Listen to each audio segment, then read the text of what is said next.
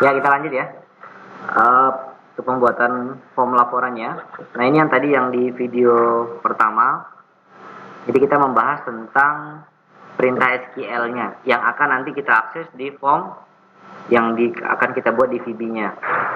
Jadi nanti di sana ada untuk yang histori pembayaran sendiri itu ada tiga jenis, yaitu yang versinya admin, ada versinya si petugas, dan ada versinya si siswa. Jadi kalau yang admin semua dia bisa lihat, tetapi nanti dia bisa memfilter dari tanggal tertentu sampai tanggal tertentu. Yang petugas juga sama, tetapi ada tambahan yang bisa dia lihat hanya ID dia sendiri atau transaksinya dia sendiri. Kalau yang di siswa itu selain sama dengan admin, ada tanggal awal tanggal akhirnya, dia juga hanya diizinkan melihat transaksinya dirinya sendiri gitu, si siswa itu.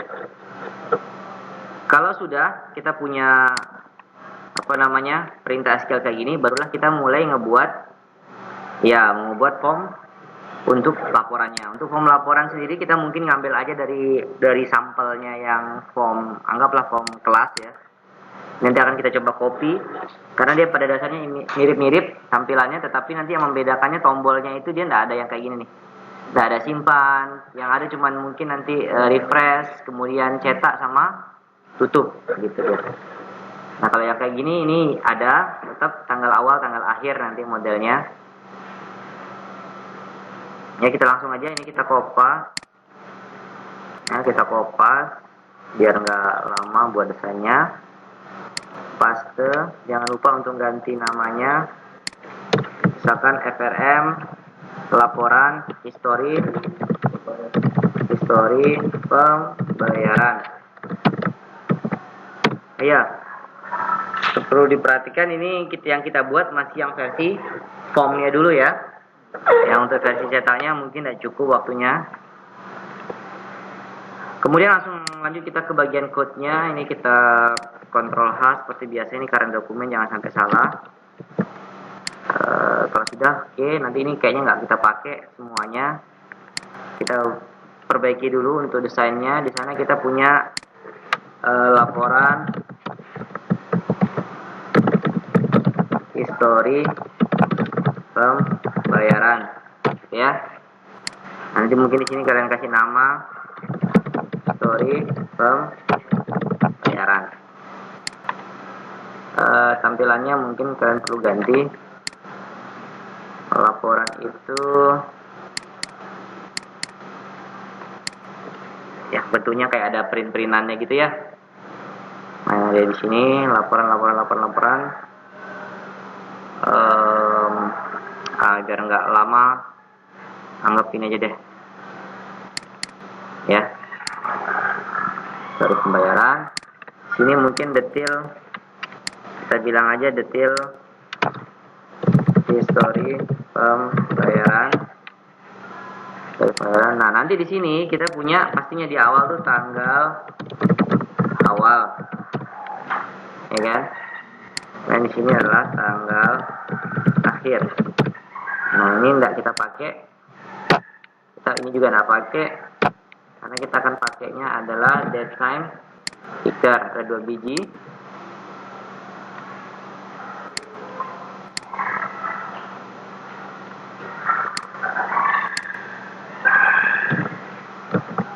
Oke, ada 2 biji. Ini kita bisa kecilkan, bisa besarkan. Oke. Ya, ini mungkin formatnya kita pakaikan jangan yang kayak gini, kita pakai format yang short aja biar nggak terlalu panjang jenisnya. Format short ya. Kemudian ini mungkin kita kasih nama txt tanggal awal, ini txt tanggal akhir. Kemudian kita ke bawah, ini tidak kita pakai, ubah mungkin nggak kita pakai, atau ini mungkin yang hapus kita hapus saja. Yang ubah kita fungsikan untuk tombol cetak ya. cetak sendiri, kita coba kasih ikonnya itu mana dia ya, master picture. Nah, yang versi cetaknya nanti itu ya. Jadi codingnya untuk tombol cetak yang kita buat sekarang ini, itu nanti kita buatnya setelah udah jadi yang ini. Itu yang versi cetak, laporan yang versi cetak. Mana dia di sini? Cari gambar printer aja ya. Sedang lihat gambar printer nggak? Snap. Nah, ini kan banyak sekali printer nih. Mana-mana ya, yang ini dah 310 kita pakai ya. Nah, ambil yang 310. Tuh, dah. Oke. Refresh. Nah, kira-kira seperti itu desainnya. Oke. Gitu ya. Nah, cuma nanti kan ada filter tambahan nih, seperti yang kita buat di MySQL-nya nih, ID petugas. Ini ada NIS-nya. Nah, ini tidak bisa dipilih. Ya, tidak bisa dipilih karena nanti dia dasar dia untuk menentukan filternya adalah siapa yang login gitu. Kalau loginnya admin ya cuman bisa memilih tanggal awal, tanggal akhir. Sama, semuanya juga sama, hanya bisa memilih tanggal awal, tanggal akhir. Cuman ada tambahan filter ya berdasarkan siapa yang login. Kalau si petugas login nanti dia akan ngambil ID-nya. Kalau si siswa yang login dia akan ngambil NISN-nya, dan itu sebenarnya sudah kita simpan di dalam my setting gitu. Yang ini, yang ID mana dia? Yang username apa ID petugas? ID ya, yang ID petugas. Nah, kita udah simpannya di sini di ID petugasnya. Oke, lanjut.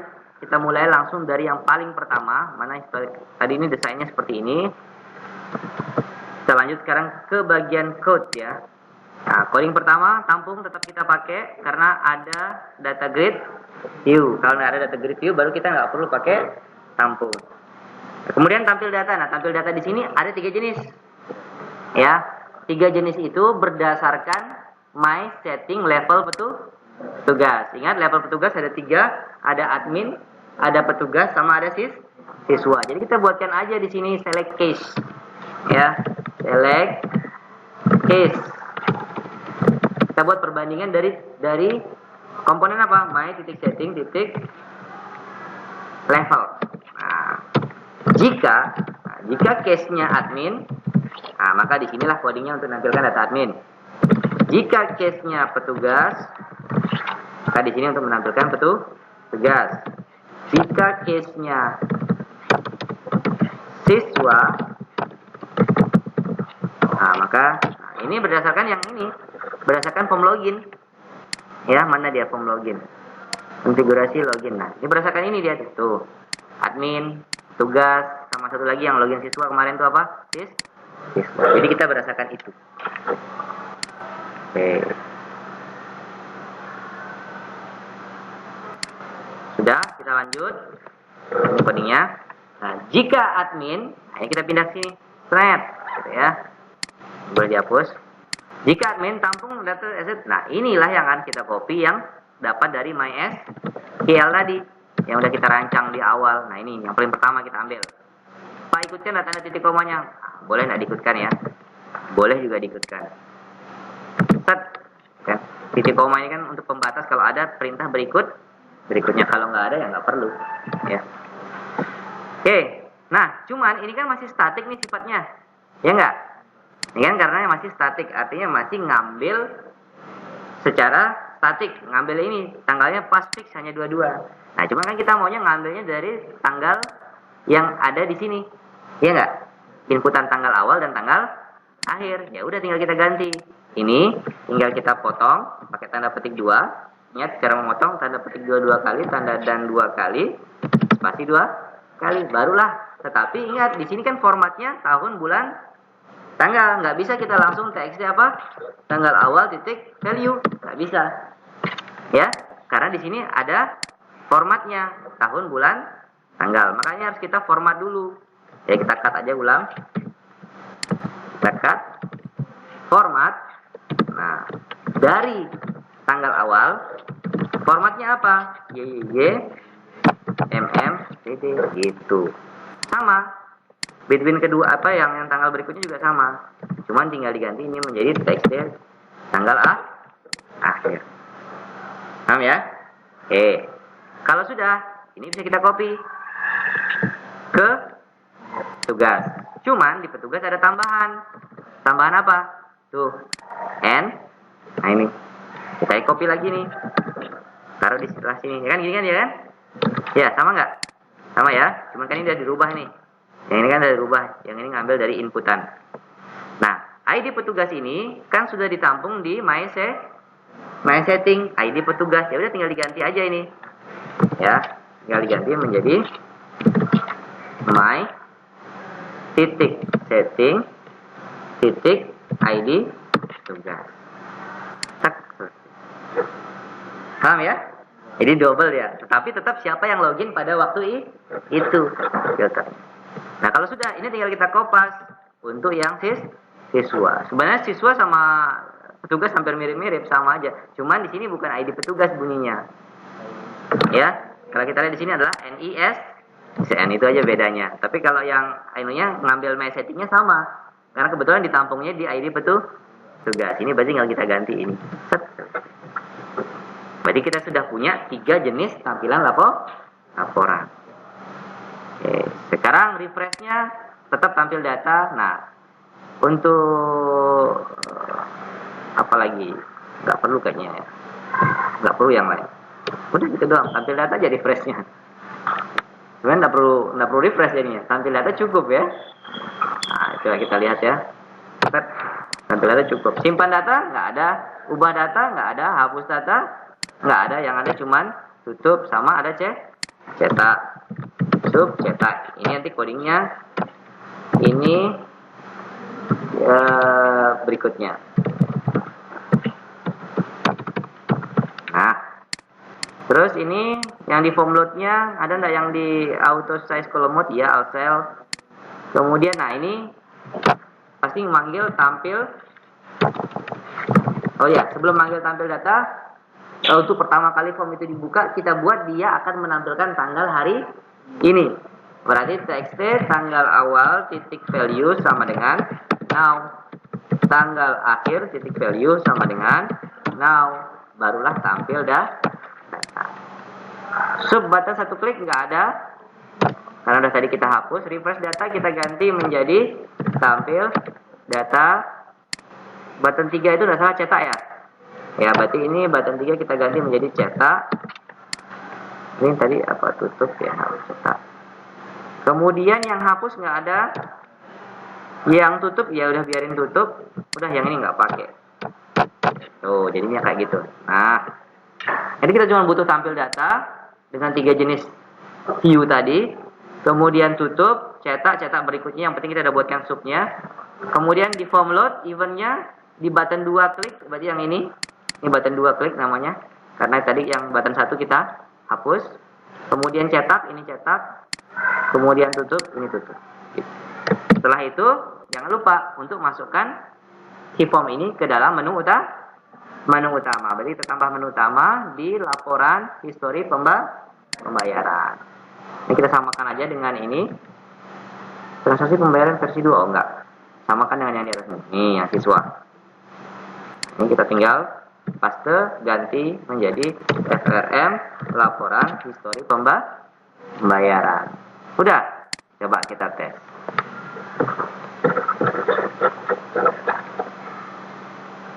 Ini beda-beda dia.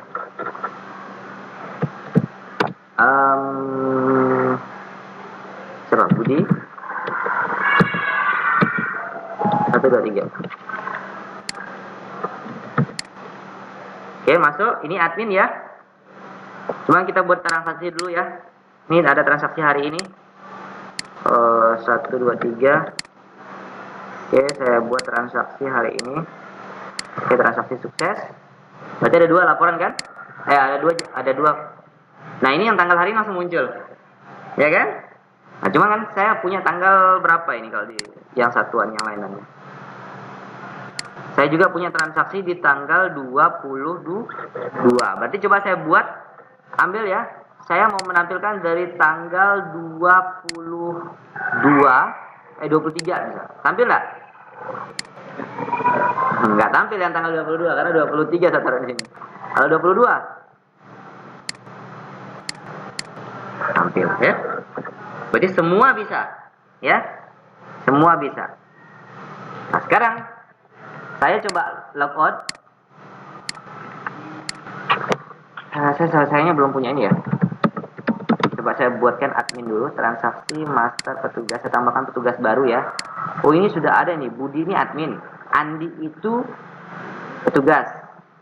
Coba saya tambahkan Rudi. 123 juga passwordnya. Nama petugasnya Rudi. Dia sebagai petugas, simpan. Nah, sekarang saya logout. Saya login dengan Rudi. 123. Saya melakukan transaksi. Sorry. Oke, bulan 11 coba. Ya, transaksi sukses. Nah, saya buka laporan. Tuh, yang muncul cuman punya si saya aja. Tadi kan ada satu kan si admin tadi dia masukin kan? Tapi nggak tampil gitu. Tapi kalau saya pakai admin tampil gitu. Apa tadi, Budi? Tuh ada 2. Jelas ya? Nah, jadi coba saya masukin lagi satu siswa baru. Misalkan siswanya Randy. Oh, 1123 berarti 321 misalkan. Randy, alamat, iya ini aja deh, nomor teleponnya. Saya simpan. Nah, tadi yang ditransaksi siapa? Si Arif kan tadi ya? Yang didaftarkan, ditransaksikan. Coba saya login pakai si Randy. Randy 321.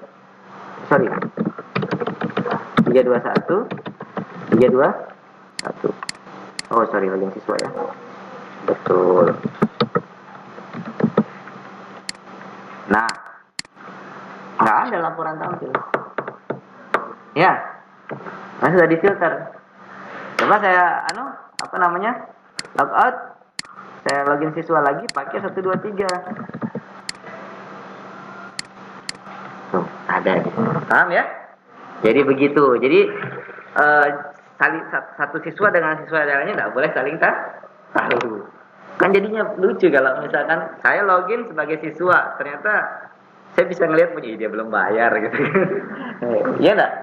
Nggak boleh. Petugas juga nggak boleh begitu. Hari ini udah ada transaksi, ada sekian siswa kok ke dia semua, ada yang ke saya, kan itu bahaya. Jadi ada kayak iri-irian. Jadi itulah, laporan memang bisa jadi satu jenisnya, tetapi bisa banyak versi aksesnya, bisa versi report, pembatasan tanggal, kayaknya kan tanggal awal, tanggal akhir, kemudian ada lagi tadi berdasarkan ID-nya, berdasarkan NIS-nya. Nah, inilah yang histori pembayaran. Jadi kalau kita lihat di soalnya langsung, walaupun dia sama-sama bisa melihat laporan histori pembayaran, tetapi setiap jenis akses itu dia memiliki tampilan laporan yang berbeda. Itu. Jadi mana dia tadi? Nah, ini contohnya nih. Nah, ini histori pembayaran. Nah, kalau ini kan tuh sama-sama dia punya akses, tetapi dia punya tampilan yang berbeda, tampilan laporan. Nah, ini yang untuk laporan versi formnya. Nanti kalau untuk versi cetaknya, intinya kita tinggal cetak, nanti nampilnya di dalam bentuk print out. Bisa kita print. Kita lanjutkan di pertemuan berikutnya aja. Sudah cukup, nih lagi tinggal 2 menit. Jelas ini ya? Oke, ini kita akhiri.